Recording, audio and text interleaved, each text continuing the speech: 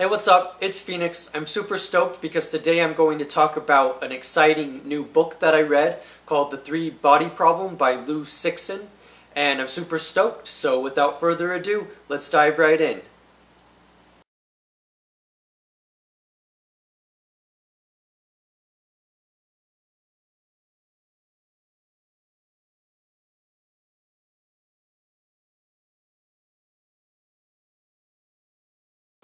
I'm very excited because I recently read the book The Three Body Problem by Liu Cixin, which is a book written by a Chinese writer and is science fiction and is the first volume in a trilogy of books written by Liu Cixin.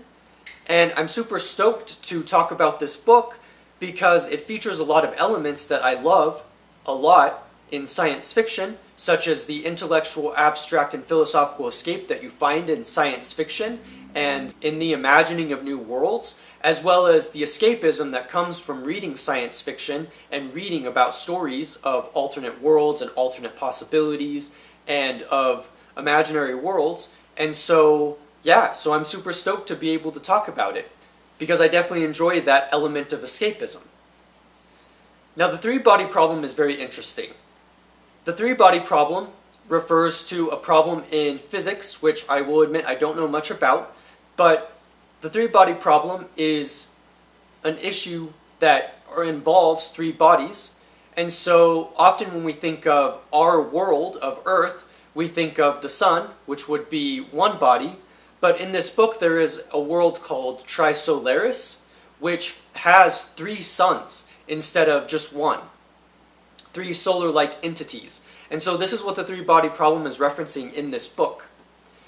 Now, I'm super stoked because this book is very intriguing to read. It delves into a lot of Asian philosophy as well as the discoveries in science that have been made throughout the centuries. And so I love delving into this book and engaging with these ideas. The reason why I like this book, though, is because of one theme that I think resonates with me because I find it to be so crucial and important, and that is the theme of political unrest or political associations that we may make. I identify as being pretty much neutral in my views, and by that I mean that my views don't really think about strong emotions such as anger or anger at the system or anger at certain groups or anger at certain people. And the reason why this is important is because I often don't think in political terms because I'm not looking at it as my group opposing another group. And this is a very important way in which I distinguish myself from the political climate that we find ourselves in this cosmopolitan world in which we live in. But the reason why this book is fascinating is because it explores political ideologies. It explores social and cultural ideas that are very strong and very emotional, and that come with almost an intellectual baggage because they are so intense and sometimes extreme. And so, while I've been trying to be more honest and real with my own intense beliefs and trying to understand myself and maybe in some ways not be as neutral, I think one thing that this book is wrestling with is political ideas and political ideologies that are taking place in the modern world and that can be projected out into an imaginary future. So I'll give you an example. In the beginning of the book, there is a character who dies, and the reason why he is murdered is because he is a scientist, and a scientist challenges the status quo by bringing up intellectual and ideas, specifically intellectual ideas about the physical world, which people don't like. And especially in this climate that Liu Cixin is describing.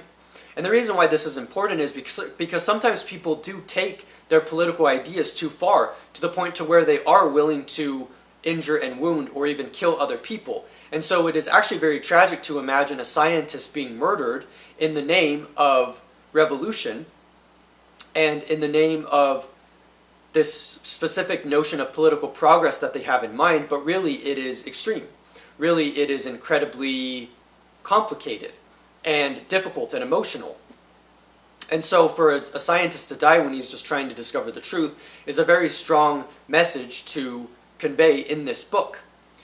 But the book gets even more complicated with the politics, because not only are we already thinking about the cosmopolitan world, where there are cultures that are rising against cultures, and then even internal cultures that are at war with each other in a kind of civil war, such as this idea of the clash between control and politics versus the neutral search for truth. There are now entire civilizations from other planets who are at war with each other. And so I don't want to give the book away, but I will need to spoil this. The idea is that there is this planet called Trisolaris where they have been communicating with Earth. And there is one strong undercurrent of a belief that the characters embody in this book, which is that humanity is horrible and that it should be destroyed. And that is very interesting to me, to think that Trisolaris will literally be at war in 450 years with Earth, because that's how long it takes for them to be able to travel intergalactic distances to be able to arrive at Earth. But yeah, that it is literally War of the Worlds again. It is literally entire civilizations from other worlds with completely different ways of thinking and completely different cultures who are at war with each other. And I will be honest, this idea is very fascinating to me, and I think that it conveys a very intense richness of an idea, that this is sometimes what humanity has come down to, is our political ideologies that make it to where it is very difficult to cooperate with other people, to where we may have a lot of xenophobia or anger towards other groups and towards other people who don't think like us, when underpinning the ideas behind science fiction is this idea that science can lead the way, that science is about this neutral search for truth that can lead to powerful understandings of nature and of physics and of science itself and of the world, and how powerful that idea is, and that it is incredibly easy to take that for granted. So this is really what the book is about. The book deals a lot with conflict between different groups of people, between different civilizations. But here's the thing.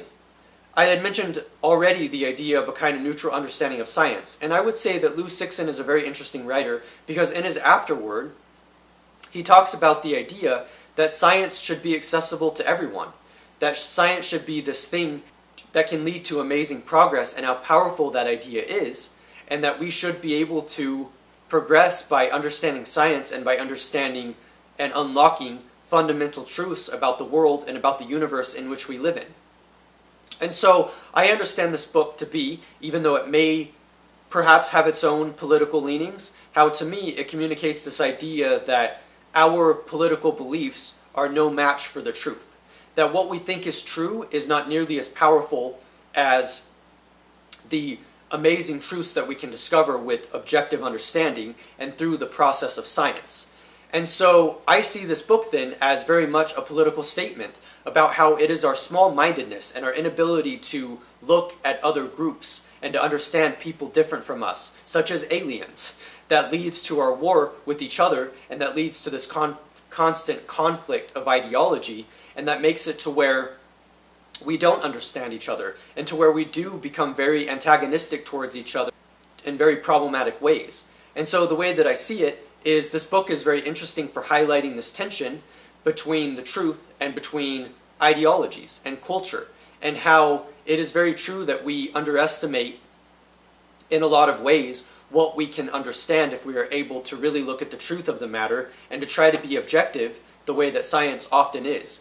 And I think that that's a very powerful idea. Now obviously the book is political because it deals with cultural differences that have been described in history, such as communism, because this is a book that was written from a Chinese perspective by the author. And so communism is very much a controversial idea and political movement and way of organizing government. And it is a way in which people become political. And that was why the scientist was murdered at the beginning. He was murdered by the Cultural Revolution. And this can definitely be a very difficult thing to keep in mind, that sometimes our ideas go too far, and that we become so fanatical with them. And the reason why I mention this is because one of the ideas that's postulated in this book is the idea of a kind of all-encompassing communism where every living being is respected, including animals and organisms, that are not just human. And the reason why this is important in the context of this political statement of a book is because it's very much thinking about how humans can be destructive in a lot of ways, and that we do destroy other life, and how difficult this is to have to realize. And so this is why I see this book as being a political statement. I don't want to be so much moralistic in my approach of this book, and I do understand that I'm seeing it through my own lens, but I really do see the political extremism of the ideas postulated in this book as coming from this idea of mine that there is still an importance in understanding truth, and in trying to get to scientific truth, and understand physics and the laws of the universe, and try to understand what is really happening in the world. And I find that to be a very fascinating idea. Now, I definitely recommend this book to anyone who is curious about science fiction or reading literature in general. I also recommend it if you want to read a book from a different culture. I love reading books from different cultures, and it is very exciting to see a science fiction novel of such prominence become available for English speakers. And so in that way, I'm super excited to read the rest of the series, and I'm super excited to see where the book goes, where the series goes, and what I'm able to discover about new ways of thinking, new cultures, and indeed the very powerful idea in science fiction that we can come to truth in a very fascinating and remarkable way, if only we will let go of our small-mindedness and be able to see the world in a deeper and richer way. I'm Phoenix, thank you for watching, and I will see you next time.